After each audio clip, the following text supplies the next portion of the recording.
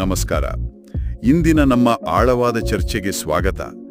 ನಾವು ಇವತ್ತು ಗ್ರಂಥಾಲಯಗಳ ಬಗ್ಗೆ ವಿಶೇಷವಾಗಿ ಡಾಕ್ಟರ್ ಎಸ್.ಆರ್. ರಂಗನಾಥನ್ ಅವರ ಒಂದು ಕ್ರಾಂತಿಕಾರಿ ದೃಷ್ಟಿಕೋನ ಇದೆಯಲ್ಲ, ಅದರ ಬಗ್ಗೆ ಮಾತಾಡೋಣ ಅಂದ್ಕೊಂಡಿದ್ದೀವಿ.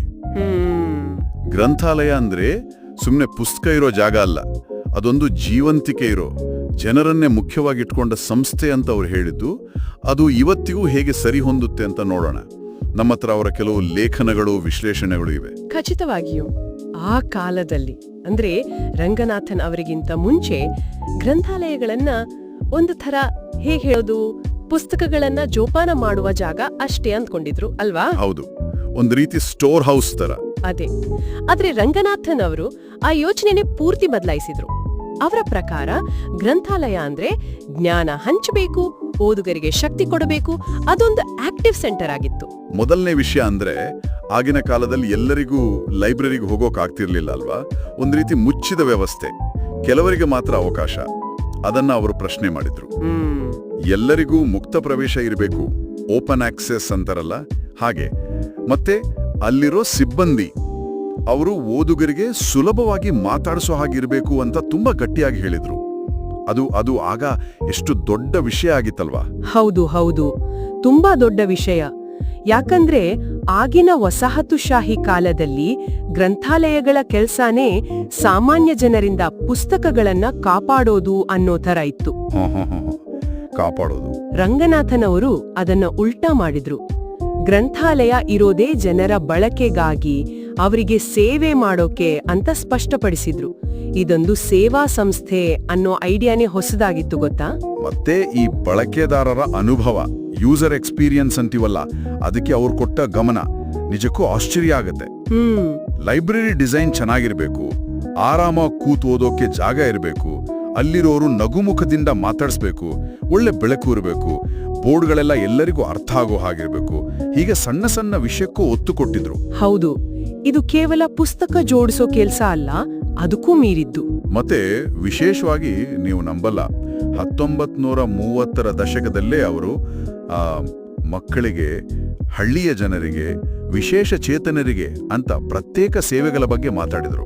ನಿಜ ನಿಜ, ಅದು ಅವರ ದೂರದೃಷ್ಟಿಯನ್ನ ತೋರಿಸುತ್ತೆ. ಗ್ರಂಥಾಲಯ ಅನ್ನೋದು ಸಮಾಜದ ಎಲ್ಲರನ್ನೂ ಒಳಗೊಳ್ಳಬೇಕು, ಯಾರಿಗೂ ಭೇದ ಭಾವ ಮಾಡಬಾರ್ದು ಅಂತ ಅವರ ನಂಬಿಕೆಯಾಗಿತ್ತು. ಅವರ ಫೇಮಸ್ 5ನೇ ಸೂತ್ರ ಇದೆಯಲ್ಲ, ಗ್ರಂಥಾಲಯವು ಬೆಳೆಯುವ ಜೀವಿ ಅಂತ. ಹೌದು, library is a growing organism. ಹೌದು. ಇದರರ್ಥ ಬರೀ ಪುಸ್ತಕಗಳ ಸಂಖ್ಯೆ ಜಾಸ್ತಿ ಆಗೋದಷ್ಟೇನಾ, ಅಥವಾ ಇದರಲ್ಲಿ ಬೇರೆನಾದ್ರೂ ಆಳವಾದ ಅರ್ಥ ಇದೆಯಾ? ಇಲ್ಲ ಇಲ್ಲ, ಬರೀ ಸಂಖ್ಯೆ ಅಲ್ಲ, ಇದರಲ್ಲಿ ತುಂಬಾ ಆಳವಾದ ಅರ್ಥ ಇದೆ. ಅಂದ್ರೆ ಹೊಸ ಪುಸ್ತಕ ಸೇರ್ಸೋದು ಒಂದು ಭಾಗ ಅಷ್ಟೇ, ಅದರ ಜೊತೆಗೆ ಕಾಲಕ್ಕೆ ತಕ್ಕಂತೆ ಹೊಂದಿಕೊಳ್ಳೋದು, ಹಳೆಯ ಈಗ ಉಪಯೋಗಕ್ಕೆ ಬರದ ಪುಸ್ತಕಗಳನ್ನ ತೆಗೆಯೋದು, ಆಕ್ಚುಲಿ ಅದಕ್ಕೂ ಒಂದು ಪ್ರಾಸೆಸ್ ಇದೆ. ಹೌದಾ? ಹೌದು.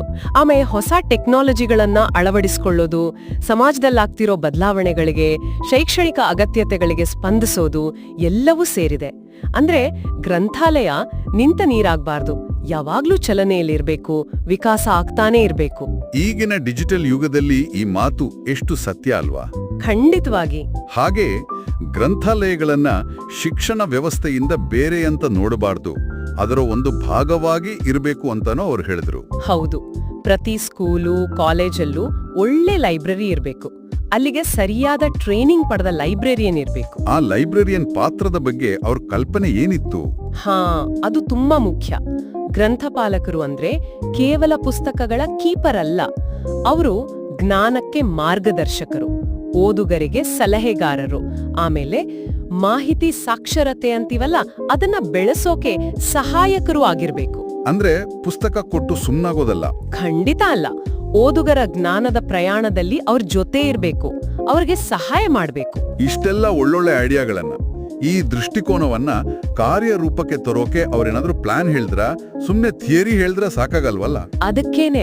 ಅದಕ್ಕಾಗಿಯೇ ಅವರು ಪ್ರತಿ ರಾಜ್ಯದಲ್ಲೂ ಒಂದು ಗಟ್ಟಿಯಾದ ಗ್ರಂಥಾಲಯ ಶಾಸನ ಅಂದ್ರೆ ಲೈಬ್ರರಿ ಲೆಜಿಸ್ಲೇಷನ್ ಬೇಕೇ ಬೇಕು ಅಂತ ತುಂಬಾ ಒತ್ತಿ ಹೇಳಿದ್ರು. ಕಾನೂನೇ ಬೇಕು ಅಂತ. ಹೌದು, ಅದರಿಂದ ಸರಿಯಾಗಿ ದುಡ್ಡು ಬರುತ್ತೆ, ಒಳ್ಳೆ ತರಬೇತಿ ಪಡೆದ ಸಿಬ್ಬಂದಿ ಸಿಗ್ತಾರೆ, ಆಧುನಿಕ ಸೌಲಭ್ಯಗಳನ್ನ ಮಾಡಬಹುದು. ಆಮೇಲೆ ಗ್ರಾಮ, ಜಿಲ್ಲೆ, ರಾಜ್ಯ ಅಂತ 3 ಹಂತದಲ್ಲಿ ಪಬ್ಲಿಕ್ ಲೈಬ್ರರಿಗಳ ಒಂದು ನೆಟ್ವರ್ಕ್ ಇರಬೇಕು ಅಂತ ಒಂದು ನೀಲನಕ್ಷೆನೆ ಕೊಟ್ರು. ಅಂದ್ರೆ ಜ್ಞಾನ ಹಳ್ಳಿಯಿಂದ ದಿಲ್ಲಿವರೆಗೆ ಎಲ್ರಿಗೂ ತಲುಪಬೇಕು ಅಂತ. ಎಕ್ಸಾಕ್ಟ್ಲಿ. ಕಟ್ಟ ಕಡೆ ವ್ಯಕ್ತಿಗೂ ಜ್ಞಾನ ಸಿಗಬೇಕು ಅನ್ನೋದೇ ಅವ್ರ ಉದ್ದೇಶವಾಗಿತ್ತು. ಹಾಗಾದ್ರೆ ಒಟ್ಟಾರೆಯಾಗಿ ನೋಡಿದ್ರೆ ಡಾಕ್ಟರ್ ರಂಗನಾಥನ್ ಅವರ ಒಂದು ಆದರ್ಶ ಗ್ರಂಥಾಲಯದ ಕಲ್ಪನೆ ಅಂದ್ರೆ ಅದು ಬರೀ ದೊಡ್ಡ ಬಿಲ್ಡಿಂಗ್ ಬಗ್ಗೆ ಅಲ್ಲ, ಮುಖ್ಯವಾಗಿ ಅದು ಎಲ್ರಿಗೂ ಸಿಗೋ ಹಾಗೆ ಇರೋದು, ಸೇವೆ ಮತ್ತು ನಿರಂತರವಾಗಿ ಬೆಳೆಯೋದು, ಈ ತತ್ವಗಳ ಮೇಲೆ ನಿಂತಿದೆ. ನಿಖರವಾಗಿ ನೀವು ಹೇಳಿದ್ ಕರೆಕ್ಟ್. ಇವತ್ತು ಲೈಬ್ರರಿಗಳು ಡಿಜಿಟಲ್ ಆಗ್ತಿವೆ, ಹೈಬ್ರಿಡ್ ಆಗ್ತಿವೆ. ಏನೇ ಬದಲಾವಣೆ ಆದ್ರೂ ಅವರ ಆ ಬಳಕೆದಾರನೇ ಮೊದಲು ಅನ್ನೋ ಫಿಲಾಸಫಿ ಇದೆಯಲ್ಲ, ಅದು ಇವತ್ತು ಇನ್ನೂ ಹೆಚ್ಚು ಮುಖ್ಯ. ಹೌದು, ಟೆಕ್ನಾಲಜಿ ಬದಲಾಗಬಹುದು, ಆದ್ರೆ ಲೈಬ್ರರಿಯ ಮೂಲ ಉದ್ದೇಶ ಅಂದ್ರೆ ಜ್ಞಾನವನ್ನ ಎಲ್ಲರಿಗೂ ಸುಲಭವಾಗಿ ತಲುಪಿಸೋದು, ಸಮುದಾಯಕ್ಕೆ ಶಕ್ತಿ ಕೊಡೋದು, ಅದು ಬದಲಾಗಲ್ಲ. ಈ ತತ್ವವನ್ನ ನಾವು ಮನಸ್ಸಲ್ಲಿಟ್ಕೊಂಡ್ರೆ ಗ್ರಂಥಾಲಯಗಳು ಯಾವಾಗ್ಲೂ ದಾರಿದೀಪಗಳಾಗೇ ಇರ್ತವೆ. ಅಂತಿಮ ಚಿಂತನೆಗಾಗಿ ರಂಗನಾಥನ್ ಅವರ ಆಲೋಚನೆಗಳನ್ನೇ ಇಟ್ಕೊಂಡು ಯೋಚನೆ ಮಾಡಿದ್ರೆ, ಇವತ್ತಿನ ಕಾಲದಲ್ಲಿ ಅಂದ್ರೆ ಮಾಹಿತಿಯ ಮಹಾಪೂರವೇ ಇರೋ ಈ ಯುಗದಲ್ಲಿ ಗ್ರಂಥಾಲಯಗಳು ಕೇವಲ ಇನ್ಫಾರ್ಮೇಶನ್ ಕೊಡೋ ಜಾಗ ಆಗಿ ಉಳಿದೆ ಜನರು ಯಾವುದು ಸರಿ, ಯಾವುದು ತಪ್ಪು, ಯಾವುದು ನಂಬಲರ್ಹ ಮಾಹಿತಿ ಅಂತ ಗುರುತಿಸೋಕೆ ಮತ್ತೆ ವಿಮರ್ಶಾತ್ಮಕವಾಗಿ ಯೋಚಿಸೋಕೆ ಕಲಿಯುವಂತ ಕೇಂದ್ರಗಳಾಗಿ ಹೇಗೆ ಇನ್ನಷ್ಟು ಚೆನ್ನಾಗಿ ಕೆಲಸ ಮಾಡಬಹುದು, ಇದೊಂದು ನಾವು ನೀವು ಎಲ್ಲರೂ ಆಲೋಚನೆ ಮಾಡಬೇಕಾದ ವಿಷಯ ಅಲ್ವಾ?